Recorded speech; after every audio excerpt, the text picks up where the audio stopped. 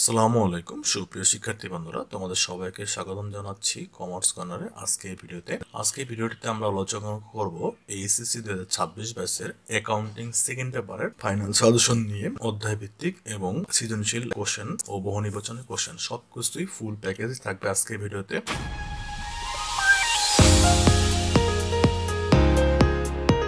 তো প্রথমে আমরা আলোচনা করব সেই অধ্যায় ভিত্তিক সৃজনশীল কোশ্চেনের কোন চ্যাপ্টার থেকে কয়টা আসবে। অ্যাকাউন্টিং সেকেন্ড পেপারের টোটাল চ্যাপ্টার রয়েছে 10টি, যেখান থেকে দুইটা বিভাগ থাকবে, ক বিভাগ এবং খ বিভাগ। ক বিভাগ থেকে কোশ্চেন থাকবে দুইটা, যেটা হলো পঞ্চম অধ্যায়, এবং পঞ্চম অধ্যায় থেকে দুইটা কোশ্চেনই আনসার করতে হবে। আর খ বিভাগ থেকে কোশ্চেন থাকবে 9টি, যেখান থেকে তোমাকে আনসার করতে হবে 5টি। প্রথম অধ্যায় অব্যবসায়ী প্রতিষ্ঠানের হিসাব, যেখান থেকে বোর্ড পরীক্ষা, তোমাদের টেস্ট পরীক্ষা, তোমাদের ইয়ার ফাইনাল পরীক্ষা, যেখানে 100 মার্কের কোশ্চেন হয় সেখানে কোশ্চেন থাকে একটি। দ্বিতীয় অধ্যায় অংশীদারি ব্যবসা হিসাব, যেখান থেকে বোর্ড পরীক্ষা বা টেস্ট পরীক্ষা, যে 100 মার্কের যে পরীক্ষা হোক, আমাদের এই সাধারণ সূচনা মূলত 100 মার্কের ক্ষেত্রে প্রযোজ্য। যদি যখন ফুল বই থাকবে তখন তোমার কোশ্চেন থাকবে অংশীদারি থেকে দুইটা, তৃতীয় অধ্যায় থেকে থাকবে একটা বা দুইটা, চতুর্থ অধ্যায় থেকে দুইটা বা একটা, পঞ্চম অধ্যায় থেকে দুইটা থাকবে এবং দুইটা দিতে হবে, যেটা আর্থিক বিবরণী ক বিভাগ। দেন ষষ্ঠ অধ্যায়, যেখান থেকে থাকবে একটি কোশ্চেন, সপ্তম অধ্যায় থেকে থাকবে একটি, অষ্টম অধ্যায় থেকে থাকবে একটি, নবম অধ্যায় থেকে একটা থাকতেও পারে, নাও থাকতে পারে, এবং দশম অধ্যায় থেকে দুইটা বা একটা কোশ্চেন থাকবে ইনশাল্লাহ। তো এই পর্যায়ে আলোচনা করব প্রতিটা চ্যাপ্টার থেকে কোন কোন ম্যাথগুলো তোমাকে শিখতে হবে।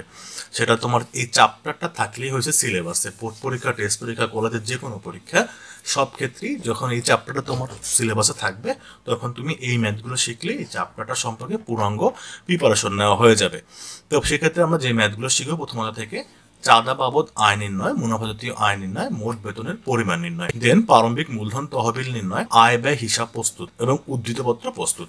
এই কয়েকটা ম্যাথ শিখতে হবে। দেন দ্বিতীয় অধ্যায় অংশীদারি ব্যবসা, এখান থেকে তোমাকে শিখতে হবে যে ম্যাথগুলো, সেগুলো হলো লাভ লোকসান আবন্টন হিসাব, মূলধন হিসাব, চলতি হিসাব এবং ঋণ হিসাব। তো এর মধ্যে থেকে লাভ লোকসান আবন্টন এবং মূলধন হিসাব মাস্ট পরীক্ষায় আসবে। তৃতীয় অধ্যায় নগদ প্রবাহ বিবরণী, যেখান থেকে তোমাকে শিখতে হবে যে ম্যাথগুলো অনগদ লেনদেনের সমষ্টি নির্ণয়, পুরাতন আসবাবপত্র বিক্রয়জনিত লাভ বা ক্ষতির পরিমাণ নির্ণয়, দেন পরিচালন কার্যক্রম থেকে নিট নগদ প্রবাহ নির্ণয়, বিনিয়োগ কার্যক্রম থেকে নিট নগদ প্রবাহ নির্ণয়, অর্থায়ন কার্যক্রম থেকে নিট নগদ প্রবাহ নির্ণয়, নগদ প্রবাহ বিবরণী। দেন চতুর্থ অধ্যায় যৌথ মূলধনী কোম্পানির মূলধন, এখান থেকে শিখতে হবে প্রয়োজনীয় জাবেদা, ব্যাংক হিসাব, আর্থিক অবস্থার বিবরণী। তো প্রয়োজনীয় জাবেদা আর আর্থিক অবস্থার বিবরণী প্রত্যেকটা কোশ্চেনের মধ্যেই থাকবে।